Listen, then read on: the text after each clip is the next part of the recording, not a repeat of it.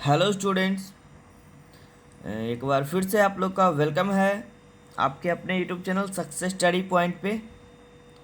तो आज का जो ये वीडियो है वो काफ़ी इंटरेस्टिंग होने वाला है। तो आप सारे बच्चे और जो भी हमारे साथ जुड़े हैं नए बच्चे, वो हमारे चैनल पर ज़रूर अंत तक बने रहिएगा इस वीडियो में, क्योंकि आज के इस वीडियो में हम लोग मैथ के कुछ ऐसे क्वेश्चन को पढ़ेंगे जो कि प्रीवियस ईयर्स क्वेश्चन कहे जाते हैं। ठीक है, क्योंकि हर बार परीक्षा में इस टाइप के क्वेश्चन बनते हैं।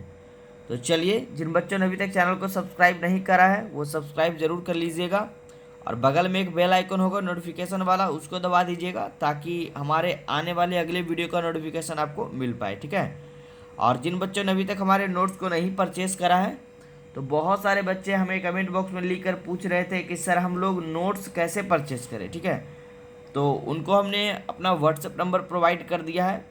ठीक है, इस वीडियो में भी आपको स्टार्टिंग में दिख गया होगा हेल्पलाइन नंबर, उस पर आप कांटेक्ट करिए, व्हाट्सएप नंबर पे मैसेज करिए और वहाँ से पीडीएफ की जानकारी ले लीजिए। ठीक है, मात्र 500 में आपको पाँचों सब्जेक्ट यानी कि ये हो गए गणित, सामाजिक विज्ञान, विज्ञान, संस्कृत और हिंदी, पांचों टॉपिक के टोटल नोट्स, जहाँ पे आपको objective, short question, long question, total book solution के साथ मिलेगा। ठीक है, तो जिन बच्चों को ज़्यादा ज़रूरत है इस लॉकडाउन की स्थिति में, वो घर बैठे पढ़ाई करना चाहते हैं, ठीक है, तो वो वहाँ से जाकर परचेस कर सकते हैं।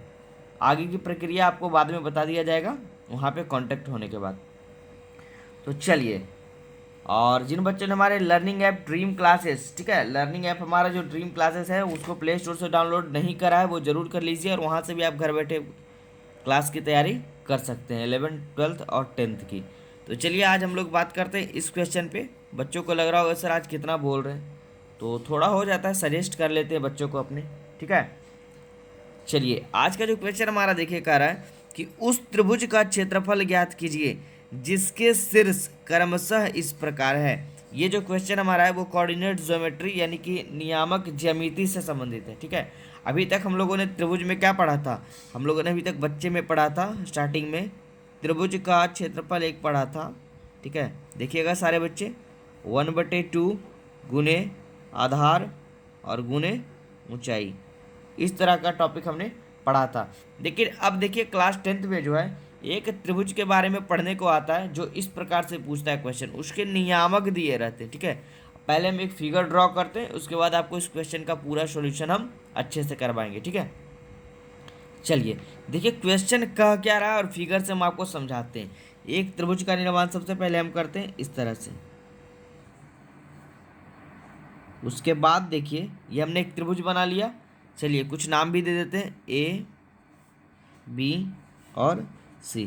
क्लियर है, अब हमसे कह रहा है उस त्रिभुज का क्षेत्रफल ज्ञात कीजिए, मतलब इसका क्षेत्रफल हमसे पूछ रहा है, और इसमें दिया क्या है, ना ही आधार ना ही ऊंचाई, इसमें दिया है जिसके शीर्ष क्रमशः, शीर्ष का मतलब होता है निर्देशांक, मतलब कि शीर्ष का मतलब होता है एक्स और वाई। ठीक है, तो चलिए ये देखिए यहाँ पे 3 पॉइंट हमारा इसमें आएगा, एक ये और एक ये, है ना। तो देखिए कह रहा है उस त्रिभुज का क्षेत्रफल ज्ञात कीजिए जिसके शीर्ष क्रमशः, क्रमशः का मतलब लगातार, मतलब पहले अगर ये लिए उसके बाद आपको ये लेना है, उसके बाद ये लेना है, कहीं भी पॉइंट को आप रख सकते हैं। ठीक है, मान लीजिए ये 2 और 3 है, चलिए इसको हमने यहाँ रखा। ठीक है, तो जब हम यहाँ रखेंगे तो अगला जो पॉइंट हमें ये और ये रखना है, अगर हमने यहाँ रखा है तो अगला पॉइंट यहाँ और यहाँ रख सकते हैं, या फिर अगर यहाँ रखा है तो यहाँ और यहाँ रख सकते हैं, मतलब लगातार रखना है। ठीक है, अब बहुत सारे बच्चे ये भी सोच रहे होंगे सर आपने 2 और 3 यहीं पे क्यों रखा।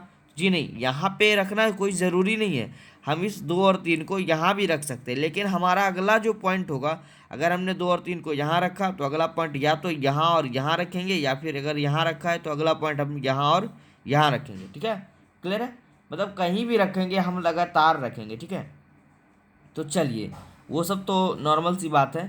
अब देखिए हमें क्या है, हमने 2 और 3 को यहाँ रख लिया, तो अब अगला पॉइंट -1 और 0 है, तो नॉर्मल से इधर रख लेते हैं -1 और 0, और यहाँ पे हम लोग रख लेते हैं 2 और -4, कोई दिक्कत नहीं ना।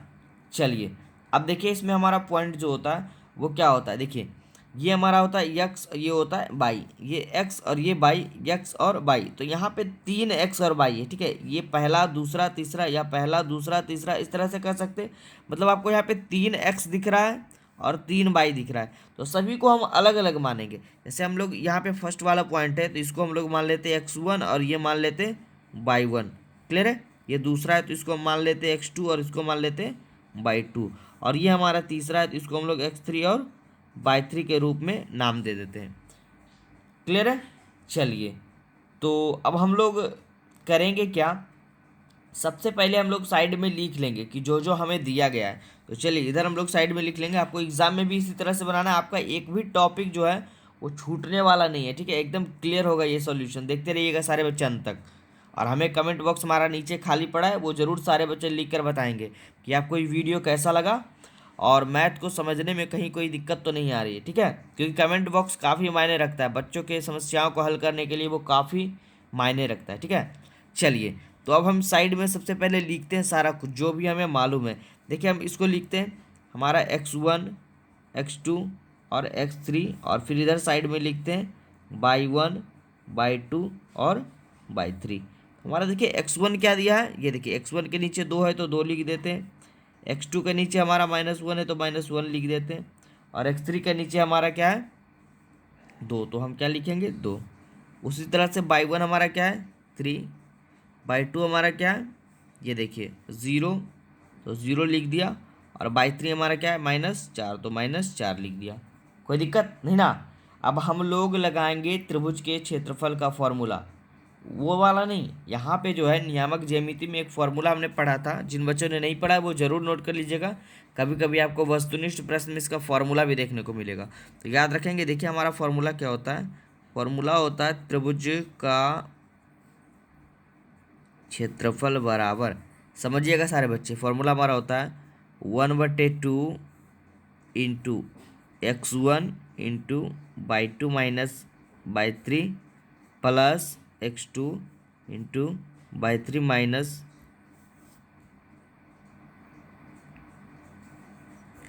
Plus x3 into y1 minus.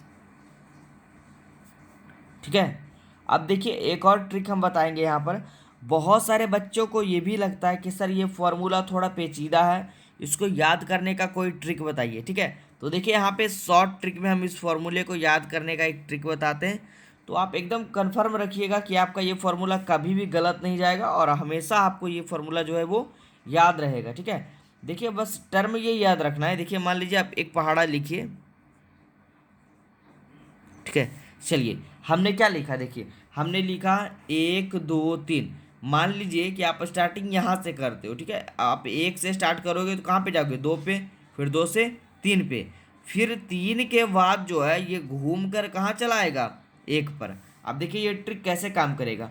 मान लीजिए देखिए फॉर्मूले में हमने क्या रखा, त्रिभुज का क्षेत्रफल 1/2 इंटू x1, तो x का क्या लिखा 1, तो हमने देखिए, और बॉक्स के अंदर रहेगा y वाला टर्म, बॉक्स के बाहर रहेगा x वाला टर्म।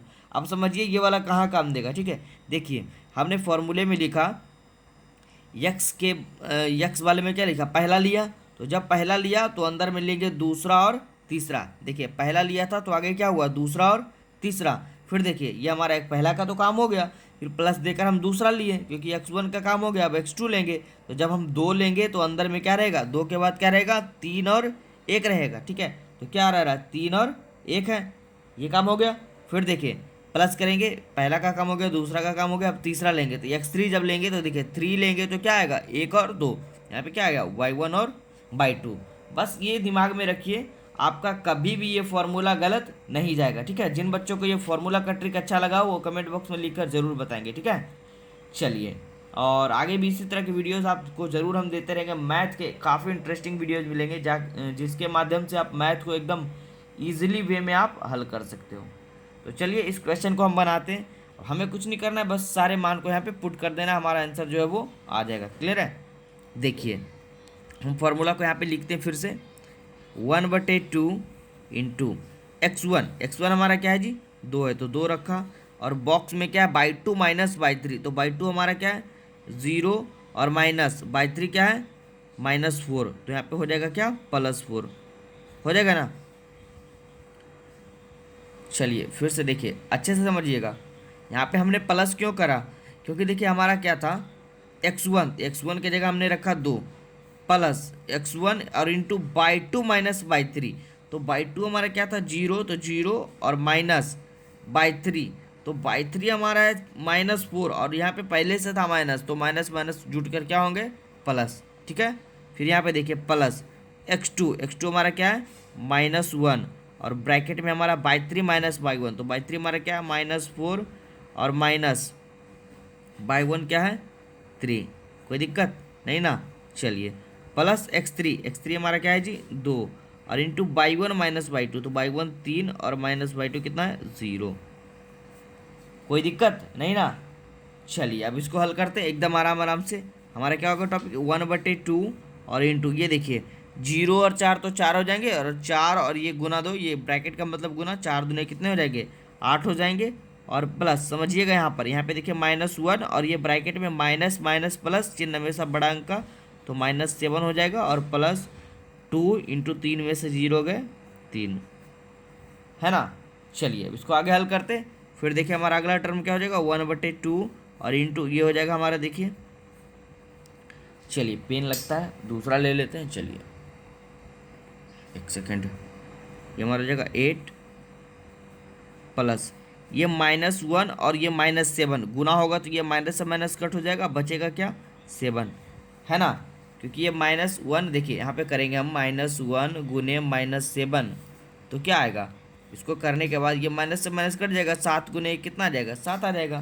तो यहाँ पे हमने क्या लिख दिया 7 प्लस 3 दूने कितने हो गए 6। तो जब इसको हम ऐड करेंगे तो हमारा आ जाएगा 1/2 इंटू 8 7 15 6 21। ठीक है, और इस ब्रैकेट का मतलब ही होता है गुना, तो इसको हम लोग क्या लिख सकते हैं 1/2 गुने 21। तो हमारा जो राइट आंसर आ जाएगा वो क्या हो जाएगा 21/2, यानी नीचे में हम लोग लिख देंगे अतः त्रिभुज का क्षेत्रफल बराबर 21/2 और एक इसका जो इकाई होता है वहाँ पे लिखेंगे हम लोग वर्ग मात्रक। ठीक है, तो यही हमारा क्या हो जाएगा इस क्वेश्चन का राइट सॉल्यूशन। ठीक है, तो उम्मीद है मुझे कि सारे बच्चे को ये वीडियो काफ़ी अच्छा लगा होगा। तो इस वीडियो को लाइक करना ना भूलें और ज़्यादा से ज़्यादा शेयर करें अपने दोस्तों और भाई बहनों के साथ जो भी इस बार बोर्ड एग्ज़ाम देंगे। और हमारे चैनल सक्सेस स्टडी पॉइंट को आप लोग सपोर्ट करते रहिए। जिन बच्चों को नोट्स चाहिए वो नोट्स परचेज़ के लिए हमारे व्हाट्सएप नंबर पर कांटेक्ट करिए और आप हमारे संस्था ड्रीम क्लासेस पर भी हमें फॉलो कर सकते हैं। वहाँ पे आपको क्लास 11th 12th और जनरल कंपटीशन की पूरी तैयारी घर बैठे कराई जाएगी। ठीक है, और जिन बच्चों ने हमारे लर्निंग ऐप को डाउनलोड नहीं करा वो जरूर डाउनलोड कर लीजिए। तो चलिए हमारा कमेंट बॉक्स नीचे खाली है, सारे बच्चे कमेंट बॉक्स में लिखकर हमें बताएंगे ये वीडियो कैसा लगा और अपनी समस्याओं को हमें बताएंगे। ठीक है, तो thank you for watching this video.